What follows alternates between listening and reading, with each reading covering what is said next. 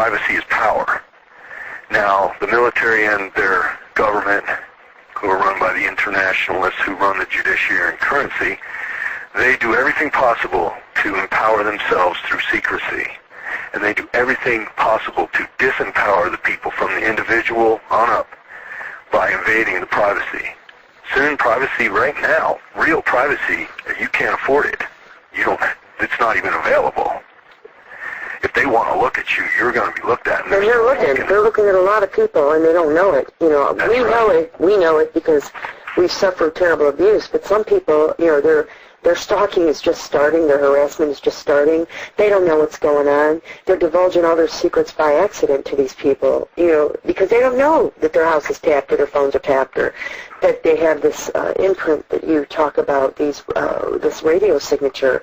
They don't know that they have that yet. All right, bioaccumulated radio signature, right.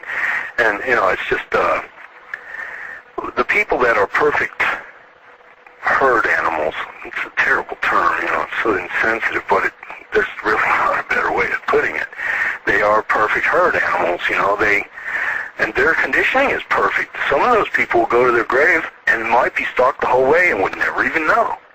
You know, and I don't know if that's... And driven to their grave because they're murdered by these people covertly. True. Early. But they will never miss the years because they don't know any better. So the problem, I think the mistake that these people have made is that their need for sadism and their need for control has caused them to overstep their bounds. They could have done all this covertly and never let a soul know. They could have done it without hurting people. You know, and their plan of taking over quietly could have progressed, but it didn't because they, you know, they had the needle. They had to go in and make somebody jump, you know, and so. Well, I think part of it, like you said, is control. And number, you know, two, they don't want us in the program. We don't fit into their scope of what they think we should be, so therefore they want to get rid of us. Right, just like that Monarch, the new Phoenix. Phoenix was a program in Vietnam to assassinate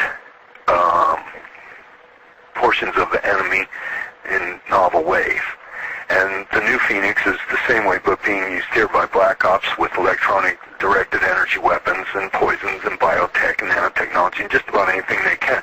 In the meantime, they're going to test all this stuff on the human guinea pigs, which are us. And they are trying to remake the society in their own image and likeness. Fortunately, they are pretty damn dumb. That's the one thing that I've noticed.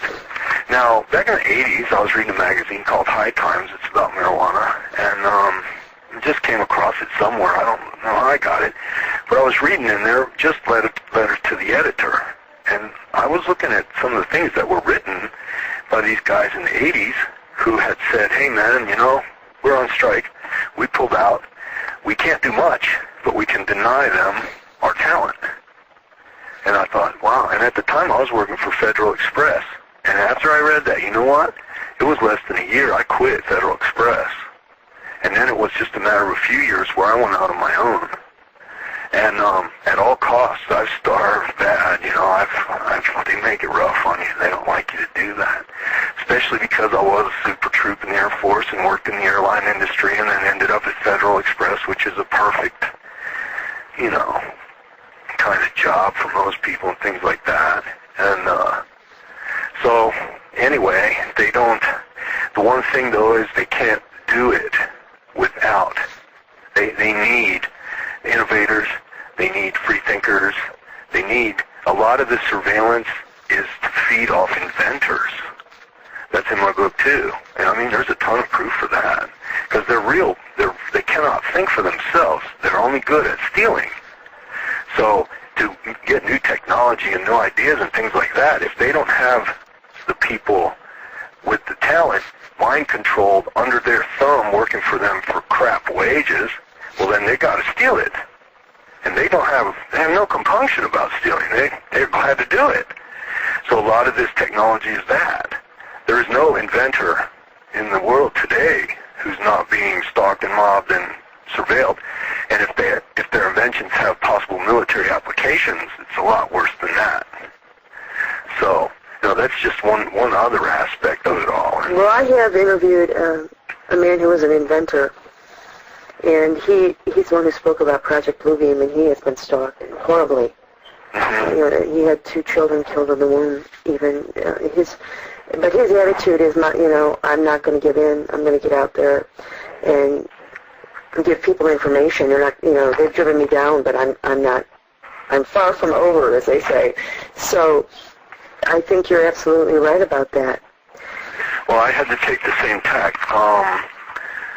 I did on the internet what has become somewhat of a method, and I'm very happy to see it, and I'm flattered, because I had an invention that has to do with light and lasers and destructive creation of bolts of energy that happen in, you can see it at autodidactics.com. That's AUTODIDACTICS.com. And from that domain name, you can see that I made that up long before I understood what the net was all about. But I made a public disclosure of an invention of mine because it was getting so hot around me, and I had kept this close to my breast and I had my office broken into in Tampa, Florida, and only thing that I could notice was disturbed were the notes on that particular project, so I quit making notes and I kept it to myself, and I developed it mentally over a period of time when I had slowly but surely gotten the materials together to do the first experiments, and then things got real hot. And so I just wrote it all down and put it up on the net, and I said a public disclosure, to defeat the military-industrial complex and to rearm the world, because it's a weapons technology. It's I noticed something called triboluminescence and the piezoelectric effect, and if you take 2 pieces of, say, cubic zirconia or synthetic corundum and jam them together, you get destructively, you get like a bullet of light, but it's high energy. So that's up on the net, and a lot of people have followed that because, that's one way of at least protecting yourself. And the idea, if it's made public, they can make your life miserable because now you just, you took something away from them, but they don't want to kill the goose that's might lay another golden egg, and they'll just try to put more surveillance on you in the future.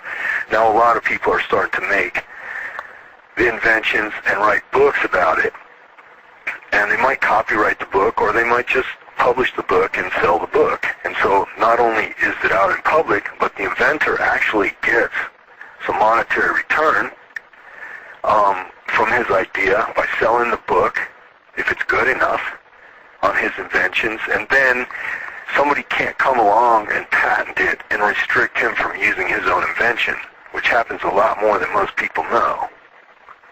So my father had that happen.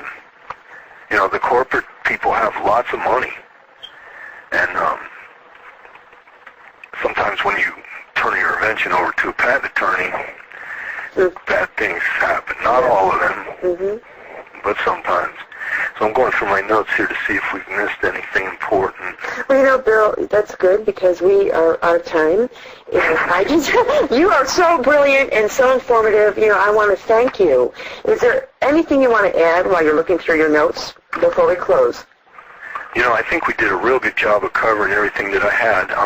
Look for the book Devilvision, the world's new wireless grid. I can't mention the publisher right now because I don't know if they're going to publish it, but it is on the net in some places as far as advertising goes, and if the first publisher doesn't take it, it'll go out to a couple more, but I want it out and being read before the elections in November. So it will definitely be out by then, and all I can say to any of the listeners is get the HARP patent, search the keywords, start looking up in the sky. Please do it for yourself and do it for your kids. Do you have any websites that you can give us besides the ones you already gave us? Well, there's Autodidactics. That's my publishing website. My personal art website is luxefair.com. That's LUXEFAIRE.com. That means Lightbringer. All right, Bill. Well, thank you very much. It's been a pleasure. Thank you, Gina. You're welcome. Have a good night. You do the same.